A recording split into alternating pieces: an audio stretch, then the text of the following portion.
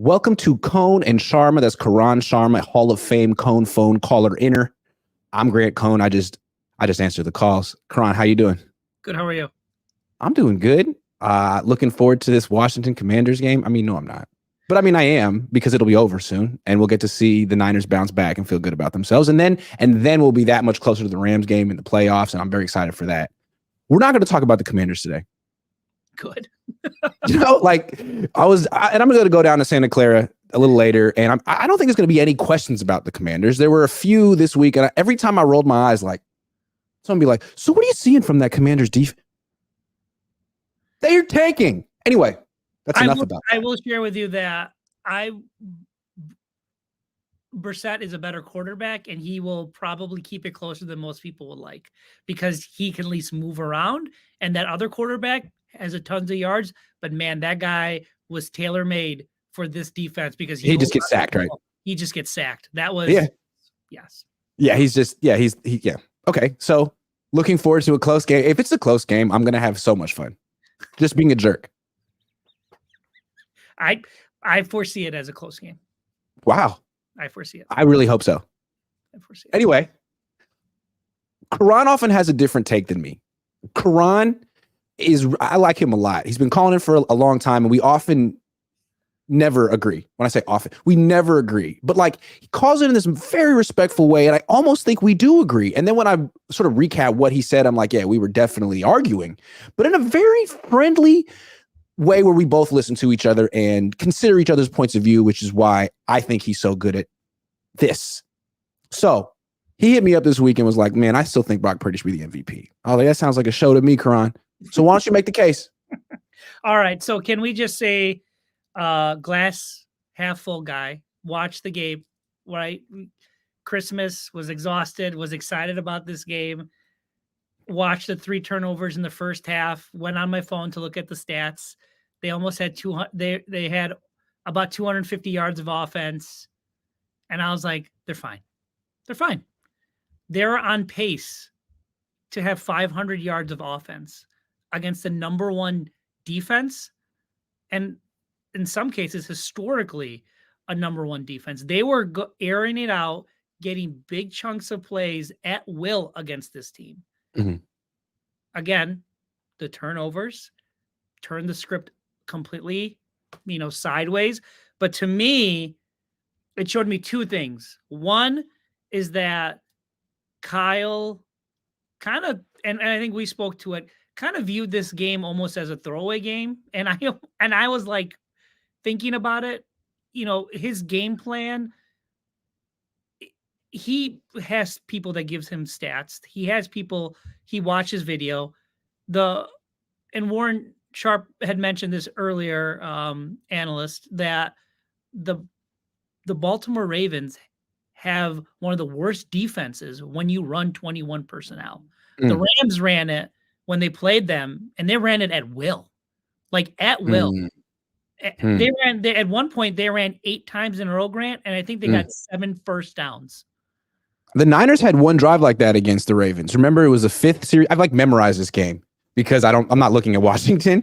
5th series of the game, right? They had 3 interceptions and 4 drives. Finally, but it's only 13-5. And Kyle's like, okay, maybe we'll try Christian McCaffrey. And it's like every single play goes to him except for one, which was a quarterback sneak. And they score a touchdown in like 5 plays. And it's 13-12. You don't think this was, to me, this was like, before the game started, I'm like, this is where everyone's kind of going to know who the backup running back is to Christian McCaffrey. To me, this screamed, hammering it, like, at AFC North football, just hammering them to submission. Don't you think Christian McCaffrey thought it was going to be that kind of a game? I did. Yeah. I also thought, Kittle, they left Kittle wide open. They basically conceded that middle in route, and they were playing for Brock to make a mistake. And unfortunately, he made lots of them. He did. He made lots of them. And that's the thing. Like, if they try to play, if they just chalk this up to, hey, man, Brock won't do this again. Let's have the same game plan and run it back. I don't know about that. Now, Brock has a different take. I asked him yesterday, like, what did you learn from this game? And I thought his answer was great. He said, essentially, well, I'll read it for you. The whole season building up to what they're saying is a huge game on Christmas, Monday Night Football and all that. It was a big game. So for me, it's a great learning experience just in terms of not buying into what's going on around you and what's being said, instead of executing the moment, blah, blah, blah. So to me, it's like a young man acknowledged that all the discourse and noise surrounding the game made it bigger than it already was, which was the biggest game of the year. Yeah. And it's just like, he's human. Makes sense. I get it. He probably won't be in that MVP coronation position again, but he buckled under it.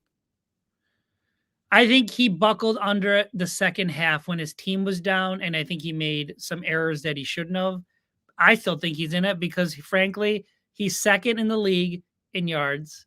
He's second in the league in touchdowns. He's first in QBR. He's still first in quarterback rating. Now, the 11 interceptions aren't very good, right? It's off one game. I get that. And here's the other piece of it. Right. Is Lamar blowing him away statistically? No. Yeah, that's the main point, right? He still has the best numbers in the league. People are just, it's a very like week-to-week league, and people are still feeling the emotions of this loss. So how could he possibly be the MVP? But in 2 weeks, you won't think about this game as much, and he'll still have the best numbers. If Mike McDaniels, who I think the world of, and by the way, he's a great watch on that show. He makes that show much more entertaining than it should. Yeah, he's really good. He's really good. If you don't think he can come up with something that will help the Niners if they do see them in the Super Bowl, or the fact that if Lamar has an off game and Purdy puts up 300 yards and 5 touchdowns, correct, that's not going to change in a week. That's true. That's true. People really forget how much things change every week in the NFL. Dak was the leading MVP getter 3 weeks ago. He's like now at like maybe 5, 6. It's a very weak quarterback. Yeah, it is. Here's what I want to say, though. We'll bring it back to MVP conversation in a second. I just want to talk about his performance in this game. And you said he really mostly crumbled in the second half. That's what Kyle said, too. But to me, it all started on the first drive. And he acknowledged it. Like it was his moment to prove all the discourse right, that he was the MVP. And so on 1st and 10 from the 15, Kyle calls a play that's, I don't know. He said, Brock says it was for the wrong coverage. It looked like it was supposed to attack man coverage, and they got quarters, which is zone. I don't know for sure, but that's what it looked like to me. So, okay, so the play that Kyle gives you is not ideal. And Kyle says basically the best thing you can do in this situation is check it down. Just check it down, get to the next play. Brock goes for the touchdown. He does. Why? Because he wants the MVP. Right? Yeah, he even acknowledges it. That was a Jimmy throw, if I ever saw Jimmy throw. Yeah. He had already made up his mind that he was going to just rifle it in there. I mean, if you look at him, though, from the all-22, his first read is use check. Use check's covered. If he throws it, use check is picked. So then he looks left and sees Debo and says, I'm going for it. I don't know if he didn't see the safety or it just looked like an instinct, a reaction. But he was going for the MVP on that throw. He was trying to be the hero. He's trying to make a statement. And I think he learned his lesson. He did. And you know what? As a 49er fan, I'm glad it was done week 16 than the NFC Championship or the NFC divisional round. Much rather have him do this now. They still have everything in front of them. Like I said, had it not been for those interceptions, and I think 2 of them were bad luck. I don't think people realize, like, why are you throwing across your body to, George Kittle, who doesn't have the best hands in the world? You know what I mean? I think that was on him as well. People are like just putting it on Kittle. No, you don't have a rocket of an arm. And why are you putting Kittle in that situation to begin with? Yeah. You know what I mean? And guess what? It wouldn't have mattered anyway because it was a holding call. You should just throw the ball away. Just throw the ball away. You know what I mean? That right. Exactly. That interception was the game's over with. That essentially sealed the game. Yeah, I agree. Yeah, and there's one more thing. Like, so he had 4 picks. A lot of people saying, like, hey, man, Joe Montana threw 4 picks in a game. I've heard that all week. So-and-so. I'm not really sure what it's supposed to prove, but I want to go back to the Montana game. He threw 4 picks in a game. It was 1984. He came back and won that game. That's the thing about Joe. I was hoping no one was going to bring that up. Like, he played the Bengals. It was November 5th, 1984. He threw 4 picks and won. Like, that's what Kyle was talking about with Brock. Like, okay, you threw 4 picks. I'm not even blaming you for 3 of them. I'm your coach, and I'm letting you off the hook for 3 of them. You got to keep playing well. If you're the MVP, if you're the next Joe Montana, like a lot of people have said you are, then you brush all that crap off, and then you play your best when it counts, because that none of that stuff matters, and you're still in the game. But he couldn't do that. No, so that's a big difference. The last interception, he had Ayuk open, and he hesitated, and that's to your point. I think it got in his head. At that point. It got his head. So to me, one thing that I, as a 49er fan, that I have seen from Brock that also makes me optimistic is that he's pretty mentally strong, if you think about it. Like that's my question. That's my question, though, because like everyone's like, "Hey, man, he's so poised, he's so mature, he's so mentally strong." Like, dude, he's always winning. It's not. No, but now he'll show it. I would say I saw a quarterback in Jimmy Garoppolo who looked like the MVP for 5 games, got injured, and was never the same mentally. That's true. This kid got his arm torn off. That's true. Early. That's a good point. And he's mentally stronger than I think a lot of people give him credit for.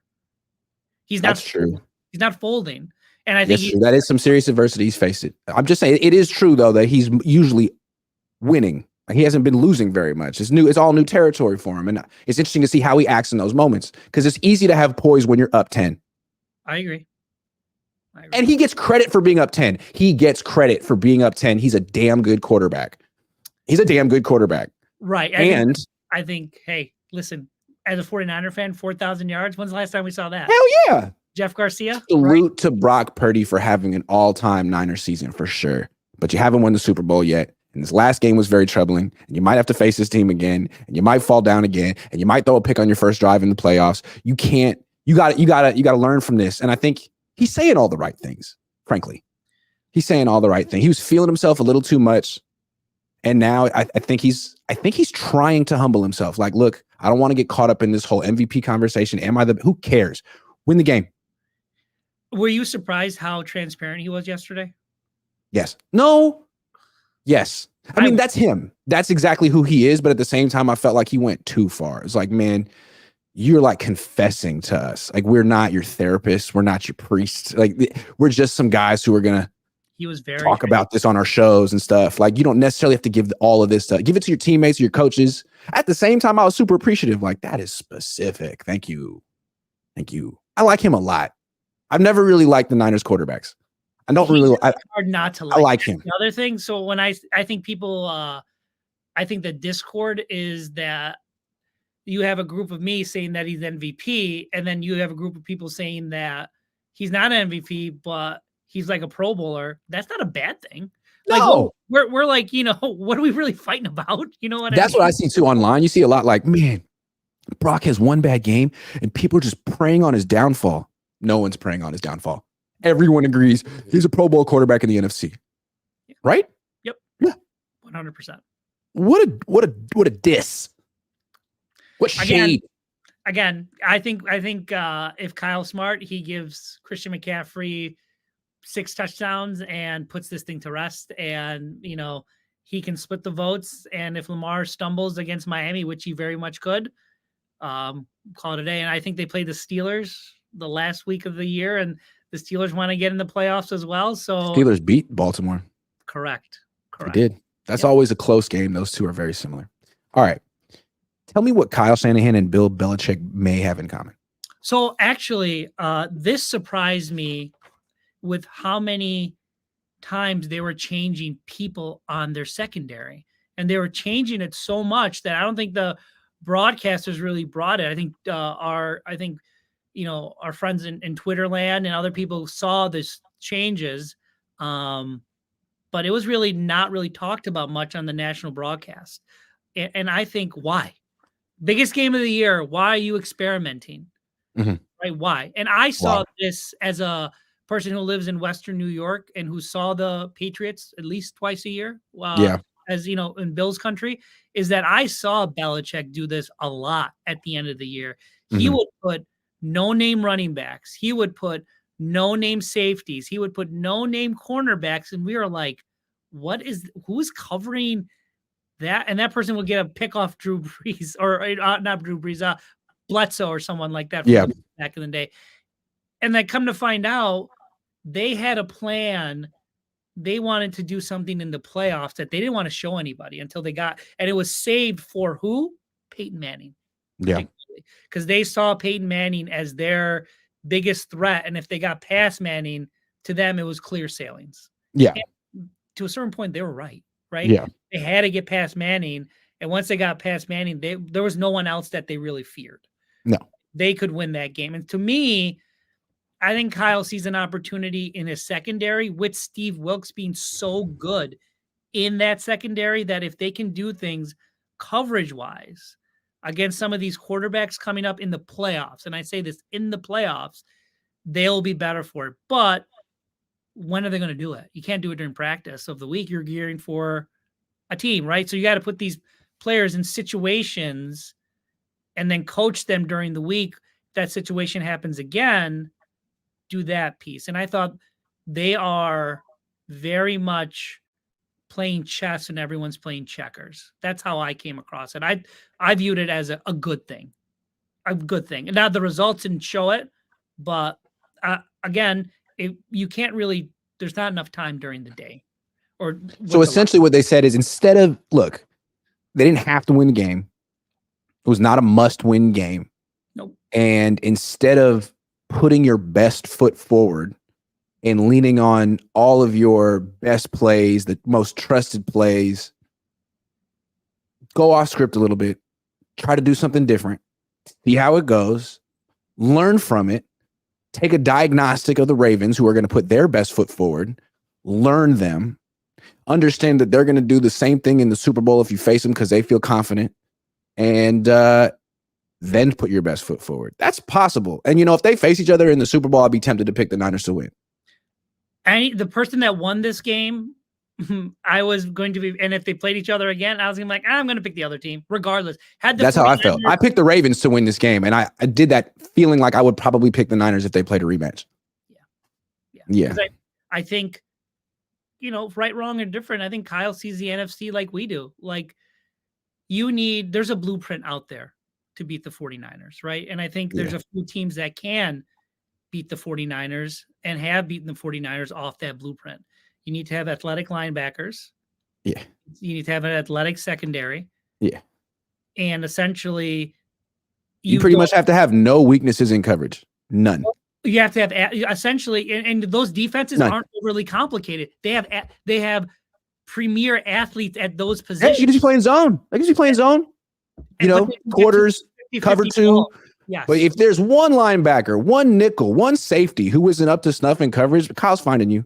Correct. Someone's getting you. It's Ayuk, it's Debo, it's kids. You're getting got.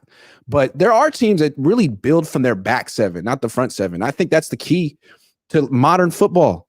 It's about the back seven. Look what the Ravens do. Like, they lead the league in sacks, but they don't really have anyone they're super invested in on the D line. They just get guys. Clowney's available. They're coverage sacks. Yeah, they're coverage sacks and their blitzes and their they manufacture pressure.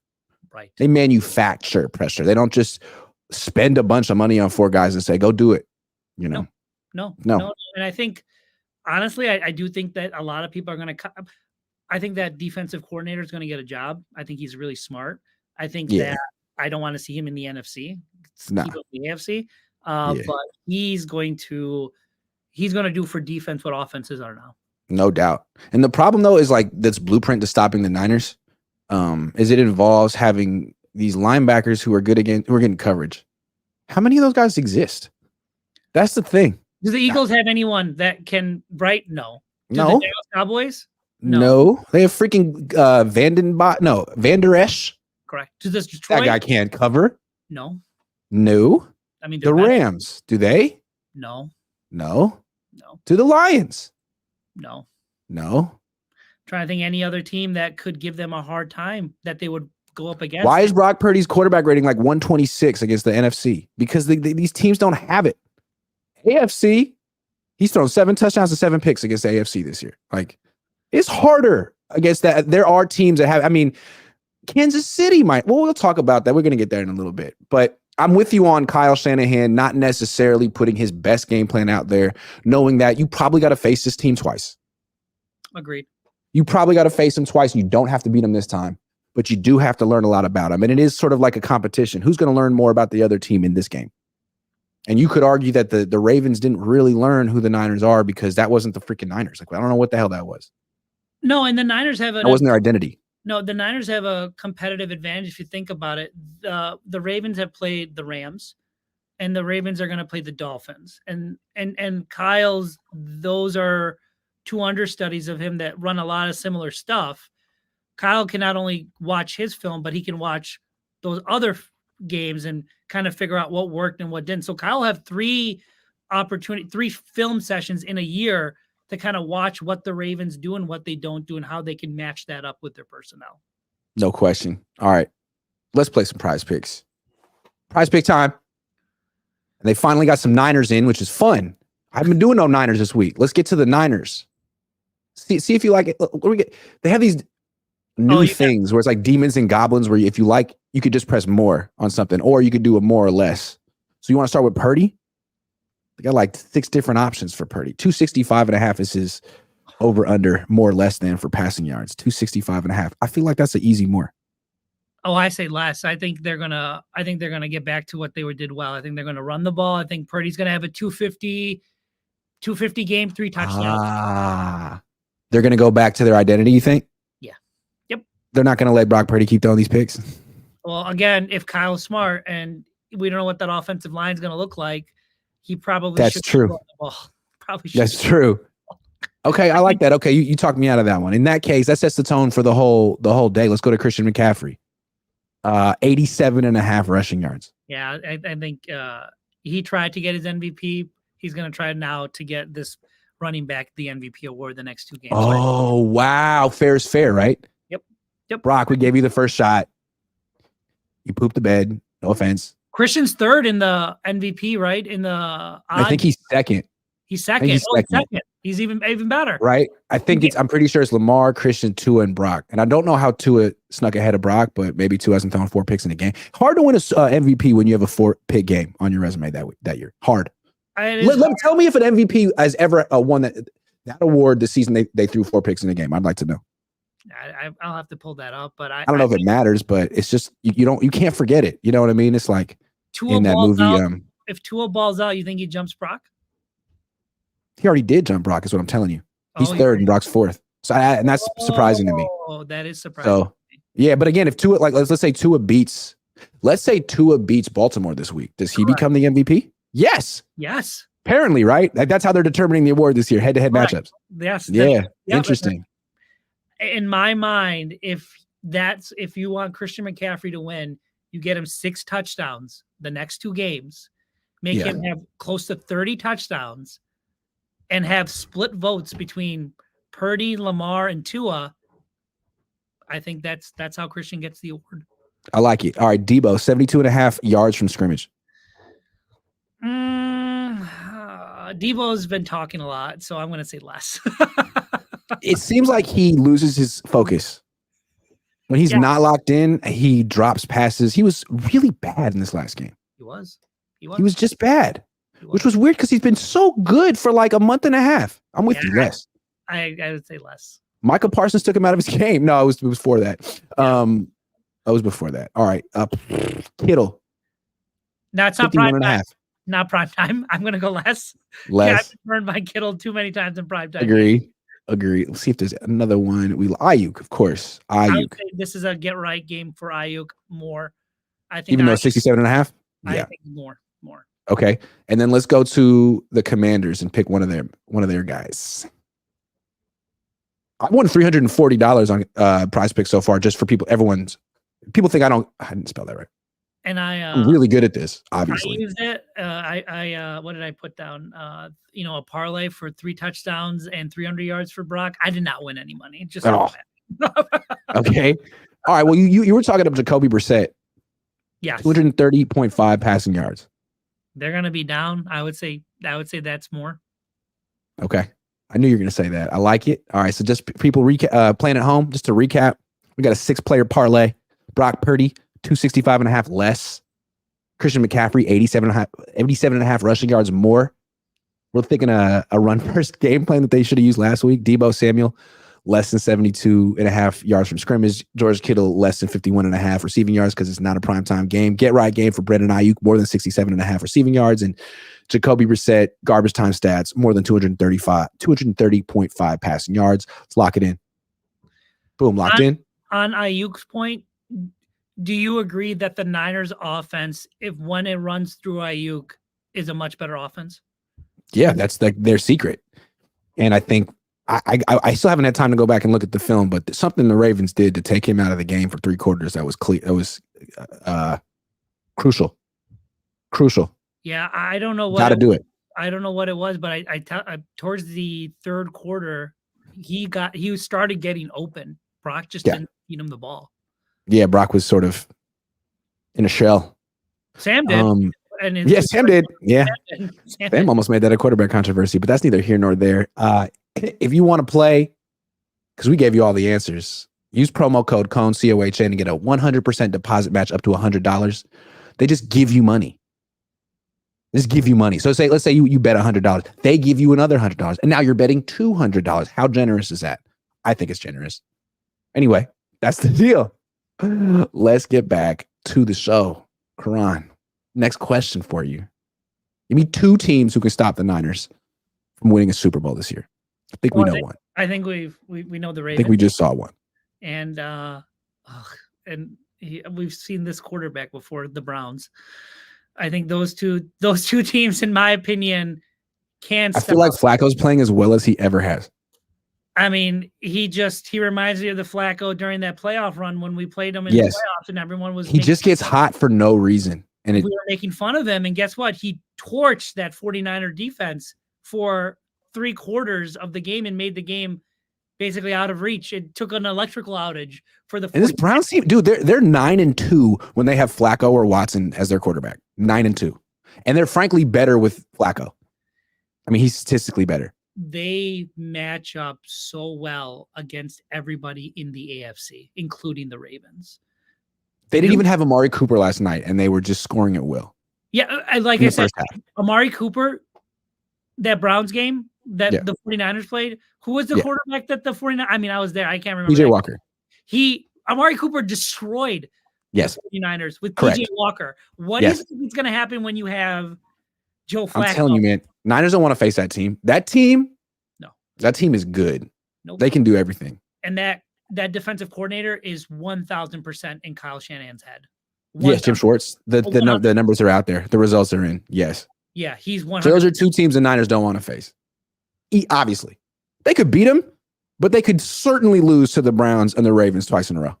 I would agree. I also think, as much as I don't want to admit this because it's already happened, I don't think they want any part of Kansas City as well. I don't think so. No. Because the Niners just let quarterbacks scramble, and Patrick Mahomes will do that all day to you. He will do exactly what Lamar Jackson did. Get out of the pocket and find people on the run. Right. And then I don't even look at it that way, Grant. I want to know who's going to cover that defensive player on the offensive line for the 49ers interiorly. He destroyed them. I forgot what his name is. That's right. The big defensive tackle. Yes. I forget his name too. Why am I not thinking of his name? Yeah. Who's going to cover him? Who's going to stop him? Who's going to block him? Yeah. He'll wreck the game. Chris Jones. Who's going to block Chris Jones? Because the 49ers, their kryptonite is that offensive line. Yeah. And as much as Brock has hit it, if you have playmakers, like we said, at linebacker and the secondary, and you have just one game wrecker in the middle, doesn't matter if the scheme if you can't get the ball out. Yep. So there's the Chiefs. There's also the Bills. I feel like any team that has a quarterback who can get outside the pocket and make big plays and is elite is going to give the Niners problems. Like Joe Burrow did that to the Niners. As much as I would be terrified of seeing Josh Allen, I also know Josh Allen will also give us a few opportunities. That's true. So that is true. As much as he's going to, he's really good. He is really good, but he's going to give you a couple of plays as well. And the 49ers just need to hold on to that ball because he's turned the ball over, I think, 20 games in a row. It's going to happen. He's turned Right. the ball You live out there. You would know a little bit more than me about Josh Allen. He's turned over 20 games in a row. I think it's something astronomical. He's turned over the ball, I think, every year. I think every single game this year but one. I think the first game, maybe. I think he's at like 16 or 17 games in a row. He turns the ball over once. And it's always what were you thinking? Play. It's not even a busted. Who do you think you are? But then he makes up for it because he has the most touchdowns, right?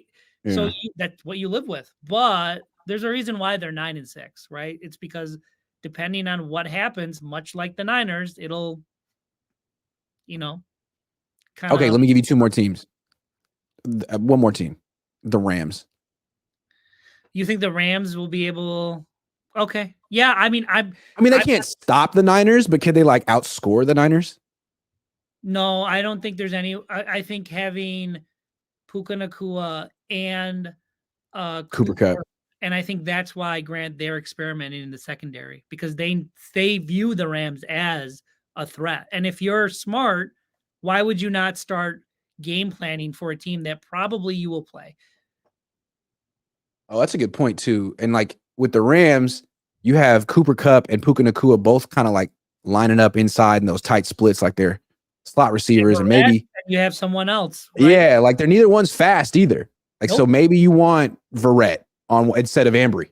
I think they view. I think, like I said, this is me. That's why you're good. That's why you're on this show right now, baby. That was good. I liked it. That's true. This is me thinking that they are involving as a coaching staff. And I think it's Steve Wilks saying, hey, we're going to need more secondary help if we go up against this team. And I think, Steve Wilks doesn't get enough credit. I think he's a head coach / person playing defensive coordinator. I think he thinks like a head coach. If you think about it, the two teams that are the most dangerous to the Niners in the NFC, not that they're going to knock the Niners out, Rams and Detroit. Correct. And their passing games both go through slot receivers. Yep. Amon-Ra, St. Brown, Puka Nacua, Cooper Kupp. Like, you need to be really solid in the middle of the field. And like, yeah, you got like Deommodore Lenoir and Jason Verrett. Because Ambry Thomas isn't going to really help you against those teams. Who's he? No. He's built for, stopping Mike Evans. Not stopping, but matching up with big guys on the outside. Fast guys on the outside. It's not twitchy like those two. You're right. Nah. And you have to be. And I think, as much as Detroit's doing really well this year, I know when you hit that quarterback, he gets up and he will make a mistake. I saw the 49ers hit Matthew Stafford and him continue to make plays. So Matthew Stafford terrifies me as a 49er fan. I know he can. They respect Matthew Stafford. They wanted Matthew Stafford. Yes. They do not respect the Jared Goff. No. They don't. Although, remember 2 years ago when I interviewed Jimmy Ward on my channel? He one of his best moments in that interview when he was like, I don't know why they got rid of Jared Goff. Like Stafford never won anything in Detroit. No, you're right. But had not have been for that Super Bowl, right? I think Jimmy was right. But here's the thing. I think Jared Goff is proving Jimmy right. I mean, he's doing really well. So is Stafford now. So is Stafford. So, but yeah, those teams, like one more team. Again, this team isn't going to stop the Niners, but they could possibly outscore them. Miami. So my biggest flaw with Miami is that anytime they've gone against physicality, they have crumbled. Kind of like. You can say it. You can say it. We all know it. You can say it. It's okay. The 49ers. Yes. They're kind of the AFC version of the Niners. They are the AFC, only they're built on speed. Right. Yes, and so it'll be very interesting how this week I'm going to be watching that Ravens Miami game very closely to see what they can do to exploit it. If it's speed, right? Is that it's going to be great too to see Mike McDaniel sort of have his response like, okay, Kyle, good try. That was good. 19 points, 5 turnovers. Let me show you what I got. Let me show you what I would have done. I bet you they run the ball. Can't wait. I can't wait. Yeah. Can I cover that game instead of the Niners? I just want to watch that game so bad. Anyway, that game will be. Let's take a super chat. We have 2 today. Philip Hammer. Brock had a bad game, but the mistakes are correctable. The offense moved the ball and the defense did well until it tired out. If Brock fixes, Niners coast. I don't like this line of thinking at all, Philip. It's I all know about you. Brock. I know. It's all Brock's fault. Kyle doesn't have to do anything different. Wilson doesn't have to do anything different. Bosa doesn't have to do anything different. Chase Young. It's all Brock's fault. I am Brock's biggest defender now. Sorry, Philip. Thank you, Philip. I would say you know what, the play where they scored a touchdown that Bosa clearly went after Lamar and did not set the edge, and you could see him in the background. How many times have you seen that from Bosa? If he had just tackled the running back on the fourth down, they wouldn't have scored. But he went right for Lamar, and the running back went right past him. I'm like, what are you doing? That's Bosa, man. He's always been that way. But now that he's the highest paid defensive player of all time, like I don't think there's any coaching him anymore. It's just, okay, well, I guess it's better to have Bosa than not to have Bosa, but he's going to do that. I feel like they use Bosa as a coach too. Like a lot of times they're like, well, Bosa was coaching me like this. I'm like, he's not a coach, he's a player. Yeah. And he's the one setting the tone for this undisciplined pass rushing against a quarterback that you just want to make stand still. Like if I were the defensive coordinator, and I'm not, but my whole game plan would be, I just want to see if Lamar can beat me from one spot. I know he can beat me on the move. He can beat anyone in motion, but from one spot, we have a good defense, man. Can we just not sell? We don't need to sack him. We could have 0 sacks and win this game if we force him to pass from one spot. That's what I would want to do. They were doing it in the first half. They got away from it, and he started running. And he wasn't even running to make plays. He was just moving to make plays. And I think that is what destroyed, that comeback, was that they started letting him move. And like to your point, keep him in. He's erratic. Like it or not, I think he was on pace for like 50 yards in the first half. He wasn't doing very well. And it was like when they faced Jalen Hurts, they forced Jalen Hurts to scramble back and around. Lamar, they kept giving him those diagonal escape passes. Like, he's faster than Jalen Hurts. Why are you doing this? And with Jalen is like, I thought Jalen and Lamar are very similar in the pocket. Either they don't see the open receivers all the time, or they don't pull the trigger, or whatever. They're just indecisive. You can see it. They hold the ball a long time. I think Bosa said it best. They look at the rush. Fine. Whatever it is. Yeah. They're holding the ball. They're indecisive. You got to keep them there. Yep. They're not going to beat you there. Nope. And you can't let them scramble through the B gaps when those diagonal escape pass. You have to make them go back and around. And it's like, you did that against Jalen Hurts. You should have tried to do that against Lamar Jackson. You would have had a better chance to win. Because again, when he's on the move, he's the best player in the league. Yeah. You can't beat him. Can't beat him. I've never seen Fred Warner look that slow before in my life. He would look like he was in. He's scarier than Mahomes on the move. And Mahomes is great. Tight rope in the line of scrimmage, not quite going past it. So is Lamar though, man. He's great. Lamar will make you a highlight reel. And I think NFL players are cognizant of that. So they look slow. Scared. They look scared. Yeah, they are. They look scared. I always thought, I didn't know how to rank Lamar Jackson before I saw this game in person. I was like, he's a good fit for them. Top 3 quarterback. Him, Mahomes, Josh Allen. I'm sorry. Those guys are special. Yeah, you can't teach what Lamar has. You either have it or you don't. And he has it. And he, I don't think people realize this, to make Fred Warner look like that, think about how athletically superior you have to be as a person. Yes. Like Fred Warner is probably the most athletic linebacker in the NFL, and he just torched him. Yeah. So Jalen Hurts would love to be Lamar Jackson, but he doesn't have Lamar Jackson's speed. He doesn't have Lamar Jackson's ability to throw the ball on the run or see the field on the run. So he's nowhere near as good as Lamar Jackson. He is a guy who can do a quarterback draw and a quarterback sneak. I mean, really, he's super overrated. And I think Lamar, like last year we were thinking, damn, Jalen Hurts is better than Lamar. No, not even close. That was an average. Not even close. Yeah. Fish and Chips is beating us in the playoffs, probably Kid Kyle plus dad. Fish and Chips, man.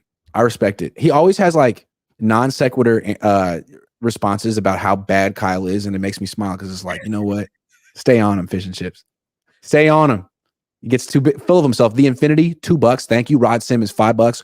Grant, what would have happened if Darnold brought SF back?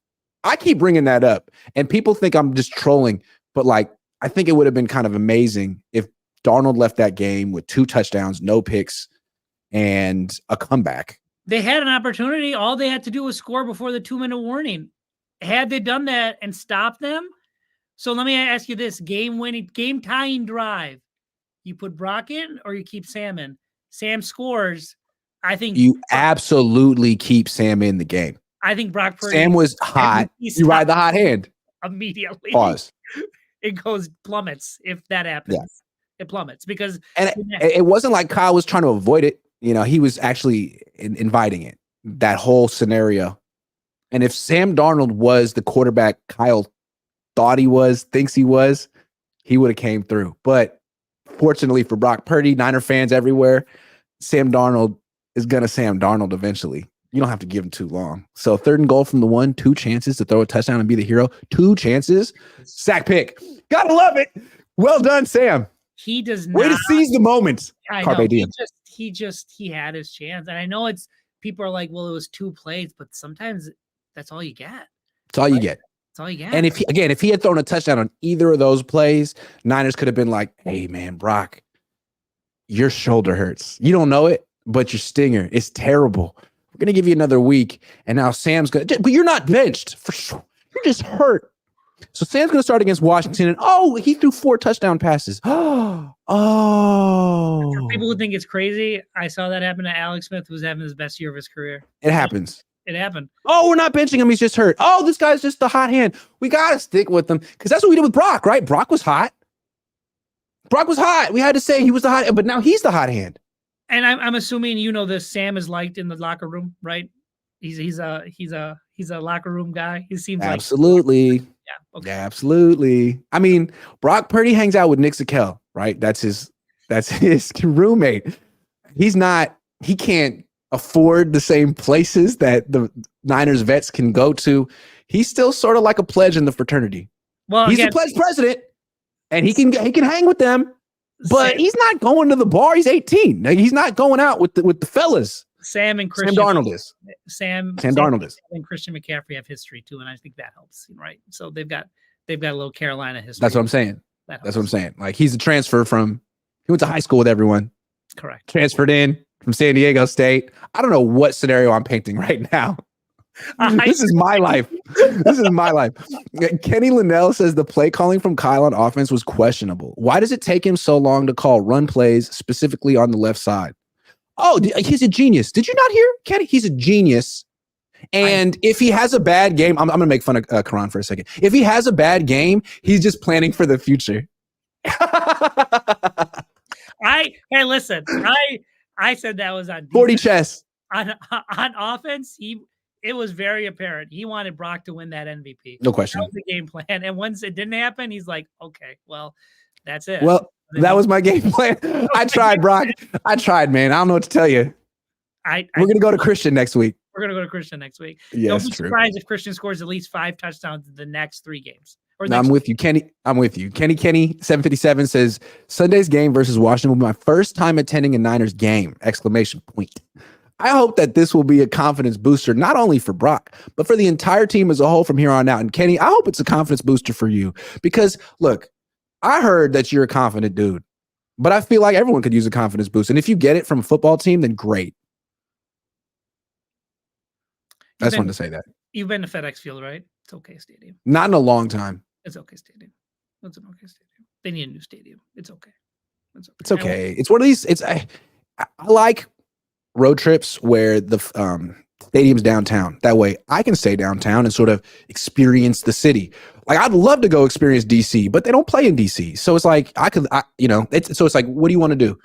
Stay in downtown DC and rent a car? That's expensive. Or stay near the stadium and not really get a feel for the culture.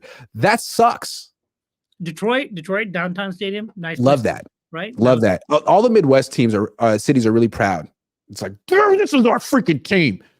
But on like the East Coast and the West Coast, it's kind of like way out of town. Like, sorry. It's like, great. Cool. I got one more thing that I do want to bring up, that this 0 for 38 thing. This 0 for 38. Okay, go ahead. Bonus topic. 0 for 38. 0 for 38. So there's been a lot of talk about the 49ers being 0 for 38 and under Kyle Shanahan. And I think the statistic is when they went down by 8 or more. Going down by 8 or more. And I want to tell, and I just want to say, like, first of all, I get it. It's not something that you should be proud of. But I also want to say, do we know does everyone know and I'll full transparency, this is Mike Sando, I believe, that brought this up. Do you know what the average success rate is on that? Better than that. 7%. Hey, 7. That's better than 0. Do you know Kyle was like 13% as a prior to that? He was actually above that as a offensive great with wonderful and Brian Hoyer out of all quarterbacks. Okay, to deliver these. So he's got it in him. He's gonna be off the schneid eventually, is what you're telling me. Well, no, I don't, because I think honestly, I think he's playing the numbers. Why build your team to come back from something that is only 7% successful versus, for example, most games are 1-score games. So you should probably build your team to either be up or be in a 1-score game the majority of the time. I think it's a schematical thing. I also think, like, look at his players. He's got no speed demons that you could run like a 50-yard out to besides Ayuk. Who's his? But I think the reason people bring this stat up is to sort of like poke holes in the idea that the Niners are this offensive juggernaut. It's like offensive juggernaut should be able to erase an 8-point deficit in the fourth quarter. We see it all the time.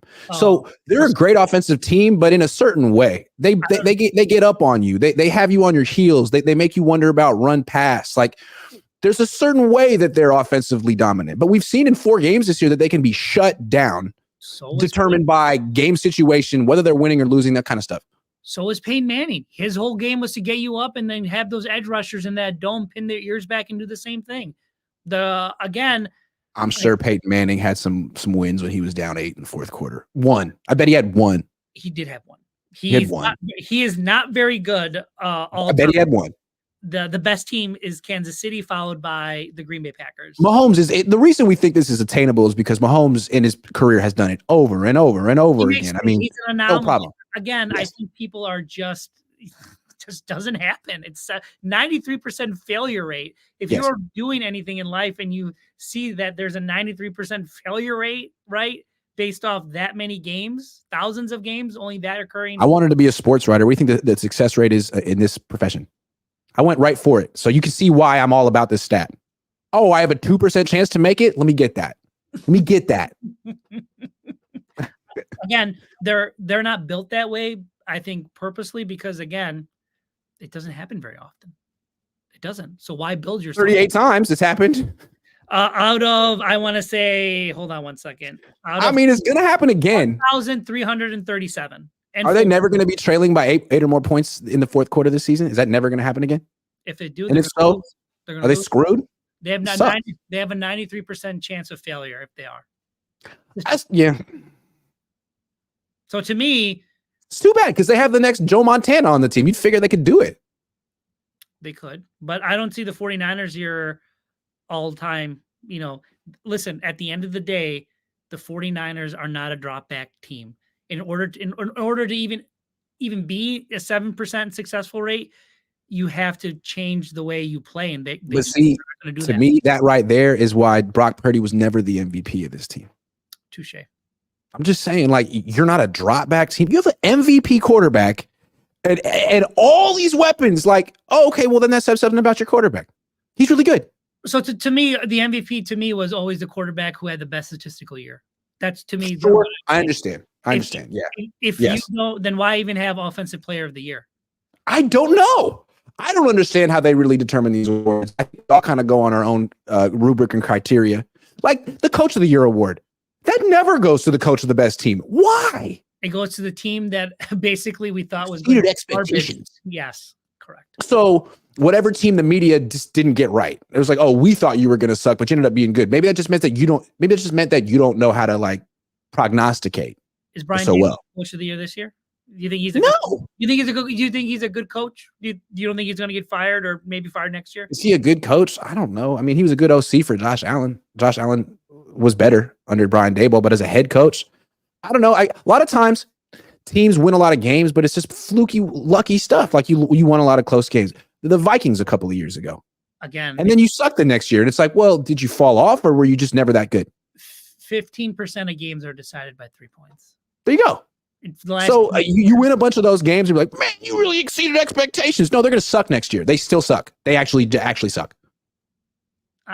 Again, 15% and almost 10% by 7 points. So if it depends on what you can do in those close games, and you can. But again, like, don't people feel like, look, we call you a genius, Kyle.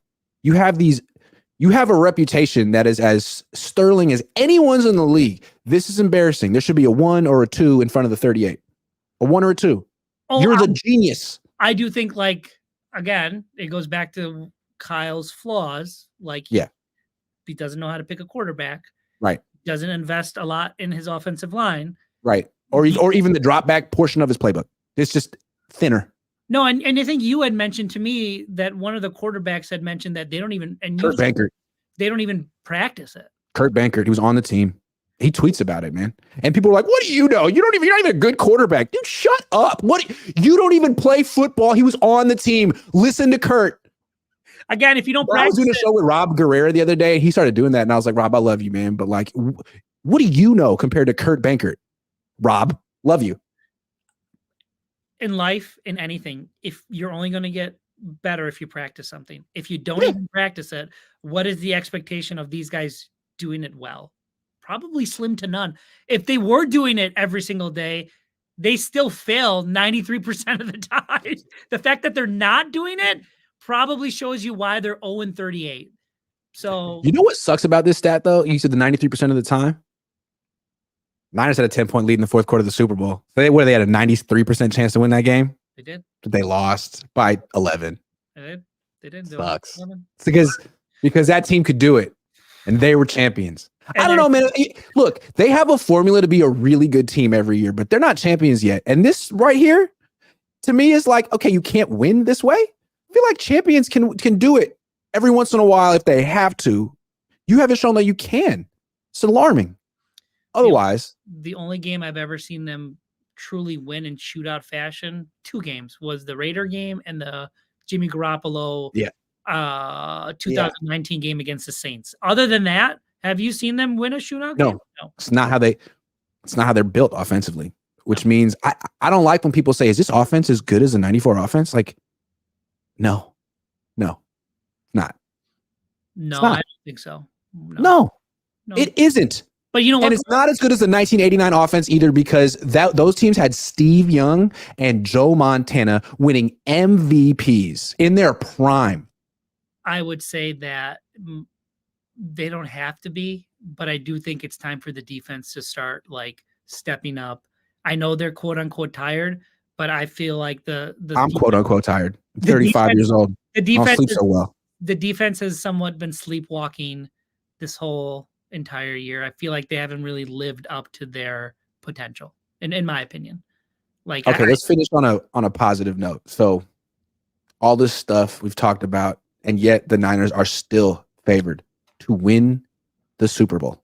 You don't think they could be the number 1 seed this time, 8:00, tomorrow? You don't think the Philadelphia is going to have a hard time with Arizona? That guy coached. He knows all of Jalen Hurts' weaknesses. He was a decent dude. The Eagles have a tough time with everyone now. But I've never seen anything like it. But if people don't realize, like, that game, if you want to go and bet a game, that's a 10-point spread on a person that knows Jalen Hurts' weaknesses, who frankly isn't very confident right now. The receivers are mad at him. That's an upset waiting to happen. And frankly, Detroit's probably going to lose to Dallas.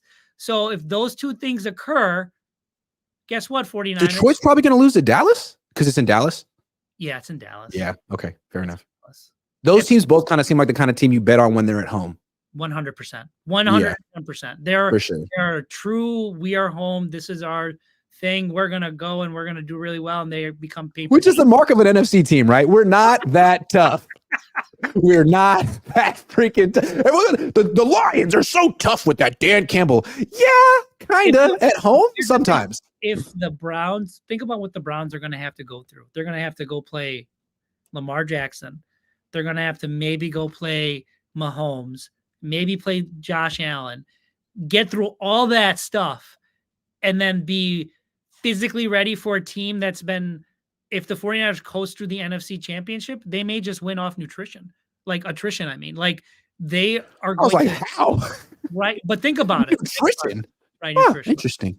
But think about how much easier the Niners have it, and I think that's why they're favored in the Super Bowl odds, because they're going to come out of it maybe not trying their hardest until the Super Bowl. Until the Super Bowl. When they have a week off. And supposedly Kyle will game plan. It's a bad time to bet on the Niners to win the Super Bowl. If you think the Niners are going to win the Super Bowl, man, you should have bet that months ago, because they lose to the Ravens and you still can't get better action on that. It's rough. Nope. I'm not so confident anymore. A couple weeks ago, I was thinking, all right, this is the year. Like not in the past, it was always Super Bowl, or not confidence they're going to win the Super Bowl. They're going to win the Super Bowl. I was thinking, man, they got the team. Brock's really that guy. Now I'm like, I don't know, man. I don't know if Brock's that guy. I don't know if Brock's that guy. You still think that they're probably the favorite in the NFC, and there's no. Yeah, I do think so. We'll see what happens with that. Curious to see how they look against the Rams. But other than that, I don't think the Lions are essentially going to beat them at home. Now, let's say the Niners don't get the number 1 seed and they have to go face the Lions in Detroit for the NFC Championship game. That could be interesting. But I don't think it's going to happen. Even if it does happen, again, I've seen enough of Jared Goff to realize, if you move him, he's not as good. And he's not going to scramble on the Niners. I think you really need to scramble on the Niners. I think it's important. Yeah, I agree. You have to. If you don't, you're going to lose. Yeah, I agree. Like Joe Burrow did. That was part of what. That was an incredible performance by Joe Burrow. Can't get that was best. I mean, people are talking about that performance by Lamar. The Joe Burrow performance against the 49ers was the best performance of any QB. He didn't break a sweat. No. It was like practice. It was like walk through. Yeah. It's crazy. Yeah. It was quite impressive. Fish and chips. A lot of times OCs don't make Super Bowl winning coaches. It's true. It's true. A lot of times. Brother Bob says, why I like Iglet, he calls out peeps and fact checks. I like you too, Brother Bob. Thank you so much. Nathan Flores says, Brissett was just added to the injury. Oh. Okay. All right. Brissett was added to the injury report. If he can't play, it will be Howell. I'm telling you, 3 times. Can they just forfeit? I will, if he scores 3 times, when he scores 3 touchdowns, just remember, he will be the MVP frontrunner, Christian McCaffrey. By the end of this week, if Tua can pull off this upset win, it has to be McCaffrey's award. It has to be. Or if Hill goes off and scores like 3 touchdowns and 200 yards against the number 1 defense, how is Tyreek Hill not the MVP of the league? That's an interesting one too. There could be that. I want to check out the odds real quick. Dallas is 5.5-point favorites over Detroit. Okay. Miami on the road at Baltimore. What do you think the spread is? 4.5. 3 for the Ravens. Okay. 3. Bills against the Patriots -14 for the 14. Bills. I was going to say 2 touchdowns minimum. Rams are -5.5-point favorites on the road against the Giants. Sure. Cross country trip. Okay. Eagles 11.5-point favorites over the Cardinals at home. 11.5. 11.5 against a team that barely beat the Giants, and a head coach that knows the ins and outs of that team. Washington, Niners 13.5-point favorites on the road. 13.5. I would not bet against the Niners. I would not take Commanders in their points. Go away. Nope. No. I know you thought it might be close for a minute and a half. Who else we got? Chiefs 6.5 at home over the Bengals. And that's all that matters. Yeah, it'll be interesting. That game will be interesting to see if the Chiefs can bounce back against their performance against the Raiders. Had the 49ers not looked the way they did, people skipped how bad the Chiefs looked against the Raiders. Is it fair to blame? Saved the Chiefs. Is it fair to blame State Farm and Taylor Swift for the Chiefs' demise? No. I just think it's what you said, Grant. They have so much money locked up in Mahomes is that they can't get good receivers anymore. They can't. But I feel like there's something more. Like they lost Eric Bieniemy. All of a sudden, their run game's gone. They are very sloppy. You got Travis Kelce like throwing his helmet. You got Patrick Mahomes straight up whining. Like it's not a good look for him. I'm not gonna say like anything, but just whining. Yeah, he doesn't look good. It's not a good look. And it's like you think about it, it's like, okay, so Travis Kelce is dating like the richest single woman in America. Yeah. There's nothing wrong with that. But it's like, how could you possibly be as concerned about football when like all you gotta do is marry Taylor Swift? That's the new goal in your life. Yeah. You ever see that Dave Chappelle episode where he is like married to Oprah? That's Travis Kelce's life now. I just don't understand how he could have the same urgency on the field. Being Taylor Swift's husband than he ever was as a, the second or third best tight end ever in football, which is ironic. It was crazy, but you watch those games, they're losing. Mahomes is like having a nervous breakdown on the sideline, and then it cuts to commercial, and he's like super cool dude in the State Farm commercial every freaking 10 minutes. It's like, man, you're not really a football player anymore, man. You're like this bigger than the league. Like, I'm here. They carry themselves, that team, like, you can't call this against us. We're good for football. We're the face of the league. Like, no, there isn't really a face of the league anymore. You guys kind of are embarrassing this year. Winning the Super Bowl gets you at least 2 or 3 years of calls and credibility that you probably don't deserve. It does. Right. It does. Yes. And they're still banking. It's like, we won the Super Bowl last year. You can't call Kadarius Toney offsides. Yes, we can. You guys aren't that good, and no, you're not going anywhere, and no one cares. Did you see that what the referee said? We wouldn't have if he didn't obstruct our view of the ball. That was still the best one. The official transcript, they wouldn't have called it, but they couldn't even see the ball. That's how badly offside he was. They couldn't even see the ball. That's still the best transcript because they flat out asked him, why'd you call it? They're like, we couldn't even see. I'm not blaming Taylor Swift for their demise. I'm just saying, I think with football, it's such a brutal sport and it's not that fun. Like, I'm sure the games are fun, but the whole week build up, all that practice that no one gets to see, where you have to like exert all that energy and suffer pain, and it's not fun. So once you reach that pinnacle and you're super rich and you're champions and you're dating Taylor Swift, I just don't see how you could possibly approach this. The Niners edge to them because they want that, right? They want it. And you've seen it because you covered basketball. What is it like when a basketball team loses versus a football team loses? Football is like a funeral, right? When they lose. Basketball, they're thinking about what? The next thing, right? They're thinking about the next game. To them, it's great. They'll hop on a plane. They'll go back home. It's okay. In football, it's okay. Baseball too. It's just one game. Just one game. Just one game. Can't overreact. Football, it definitely feels like a funeral in the locker room afterward. Everyone's silent. Can't hear nothing. Nothing. Brissett added to the. Well, good luck, Washington. Really hope to see Sam Howell out there, I guess. Curious to see how Kyle Shanahan wants to win this game, because it's not just enough to beat a team. You got to beat them a certain way. And I think I'm with Karan on this one. It's going to be the Christian McCaffrey game. It's going to be the, hey, Brock, we tried. You failed. And so now it's Christian's opportunity to try to get this award, because he was unfortunate. Lamar could lose this week. Unfortunate. It was so unfortunate. Very unfortunate. So unfortunate. Very unfortunate. Thanks for watching, everyone. I'll be back. I don't know. You'll see. I'll let you know. See you guys.